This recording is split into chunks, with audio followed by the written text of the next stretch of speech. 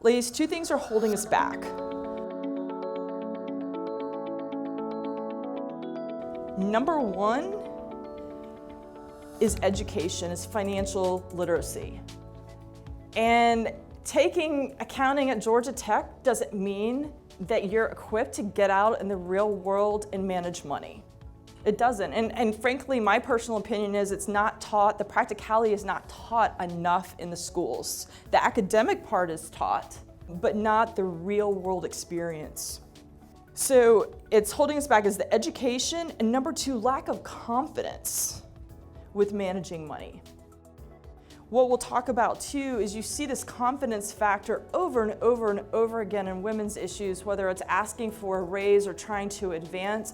A lot of women are afraid if they don't feel qualified enough. And I think this is also true in how they handle money and how and whether they delegate or not to a spouse. Women of the highest socioeconomic class understand a lot of times have less financial knowledge than women of lesser means, which also blows me away. And I believe that that's because women of lesser means, by necessity, they have to be able to balance their checkbook and pay bills. But I mean, I've had women with income greater than $750,000 that knew nothing, and that until they went through a divorce, that's when they were stuck. And you would think that somebody of that income level and that stature would know what was going on, but it's back to this delegation issue. In order to reap the benefits of our financial success, it requires a strategic approach to financial planning using both education and action.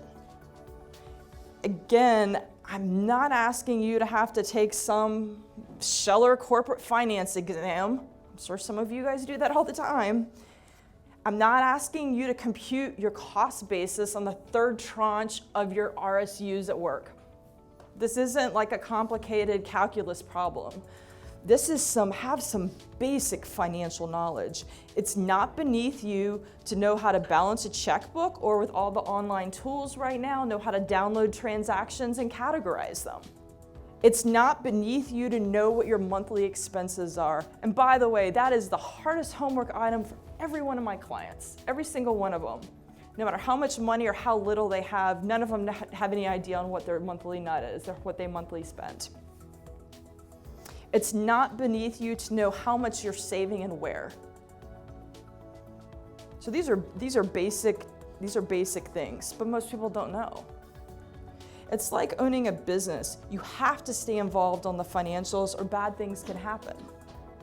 The desired state for every woman should be to initially pursue basic financial literacy and continue to build off this knowledge, but consistently be involved in your family or your own finances on a systematic basis. And if you're outsourcing to a partner, a spouse, a parent, I mean, whatever your situation may be, ask yourself why. Like, really dig into your own personal psyche with it. A lot of women have shame around this. They know they should be involved in this, but they're not.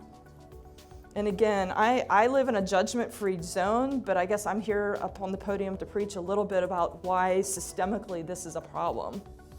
Financial literacy equates to security. And if the unexpected happens, you have a huge advantage because you know the right questions to ask. Some of you guys are wanting to start businesses. In fact, at the Wall Street Journal event, I got a bunch of questions from millennial women that didn't know how to read a balance sheet and wanted to know how to build their deck for investors. So what have you done to further your own financial literacy to understand some of these very basic things?